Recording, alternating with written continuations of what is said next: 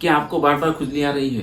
तो ऐसे केस में आपको खुजली क्यों आ रही है वो जानना बहुत ज़रूरी है। जब भी आप ये जान पाएंगे कि खुजली क्यों हो रही है तो एलर्जी को या खुजली को ठीक करना बहुत आसान रहता है। स्किन एलर्जी, खुजली का प्रॉब्लम अभी बहुत कॉमन है।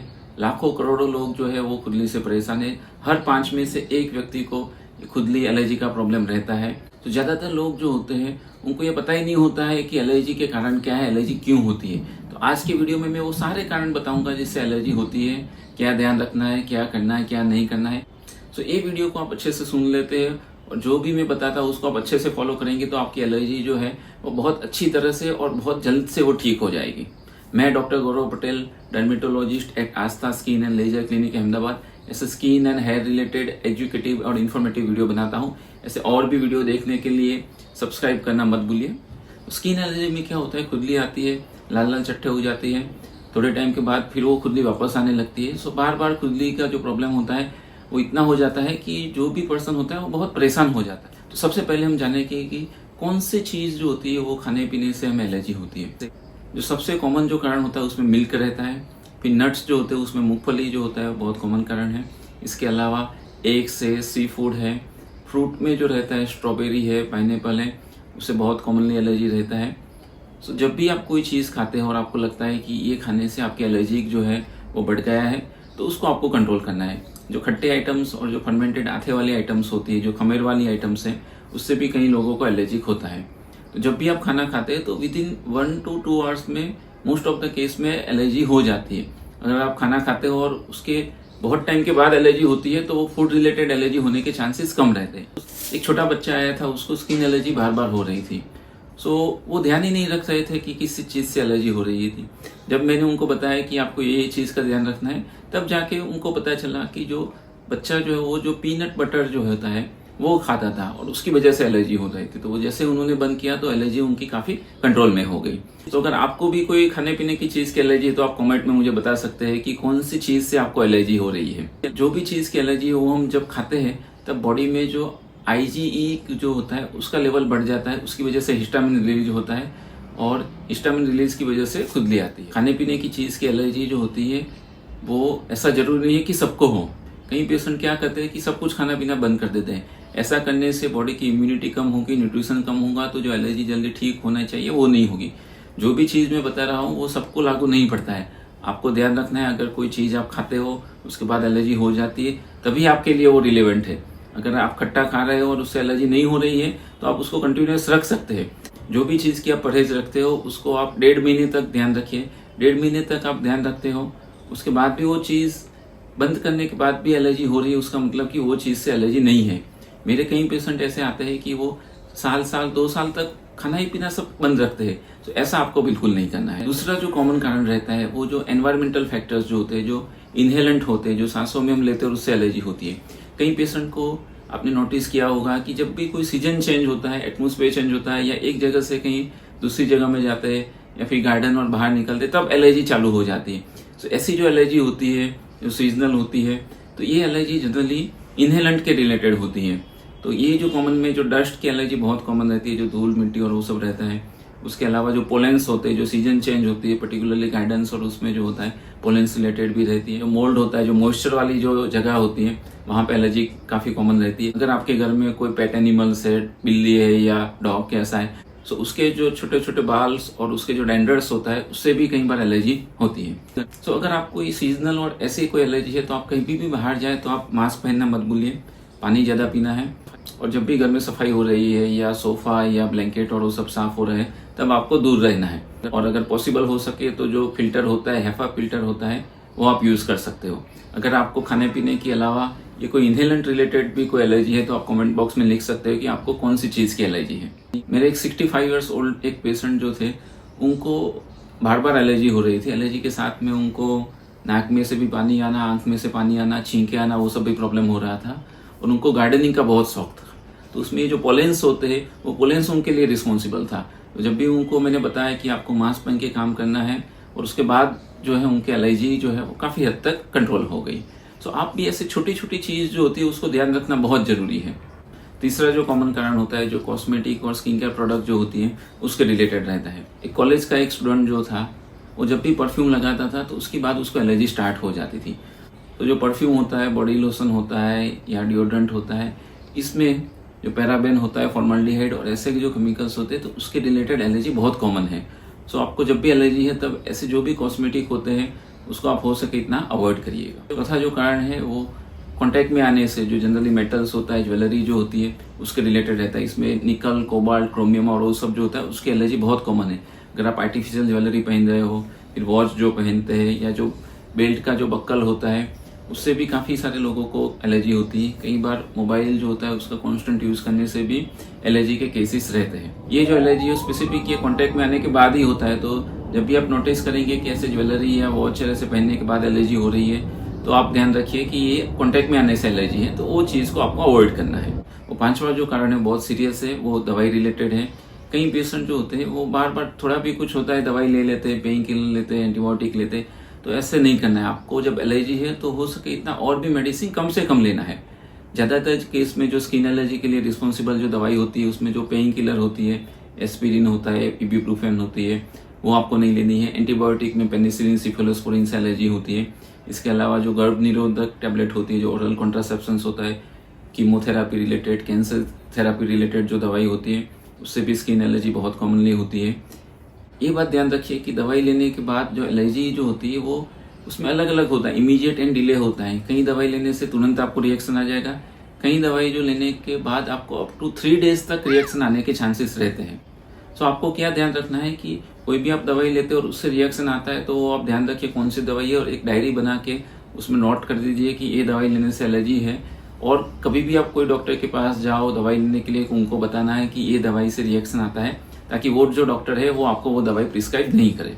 अगला जो कारण है वो अब के टाइम में सबसे कॉमन है और ज़्यादातर लोग उसको इग्नोर करते हैं, वो है स्ट्रेस रिलेटेड।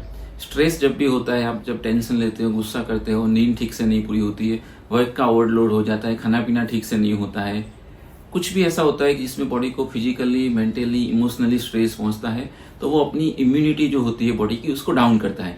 ऐसे जैसे डाउन इम्यूनिटी होती है उसकी वजह से एलर्जी जो होती है वो बढ़ जाती है।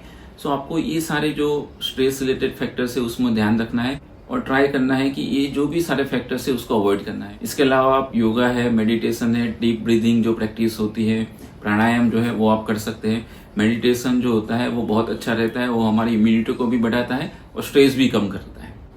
मेरे कई पेशेंट ऐसे हैं कि वो स्ट्रेस को जब भी वो कंट्रोल कर देते हैं तो उनकी एलर्जी जो होती है वो काफ़ी कंट्रोल हो जाती है। वो बोलते हैं कि जब भी हमारा वर्कलोड ज़्यादा होता है या फिर नींद ठीक से नहीं होती है पूरी, तभी एलर्जी बढ़ जाती है।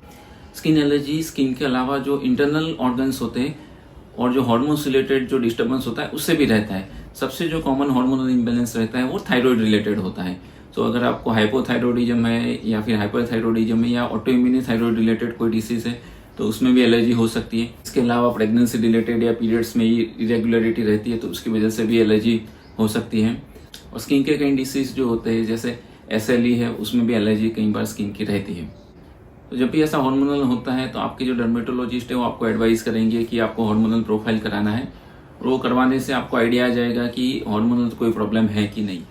ये बहुत सारे मैंने कारण बता दिए। अब सबसे जो कॉमन कारण रहता है ये रहता है इडियोपैथिक। इडियोपैथिक का मतलब क्या होता है कि उसका कोई स्पेसिफिक कोई कारण नहीं है।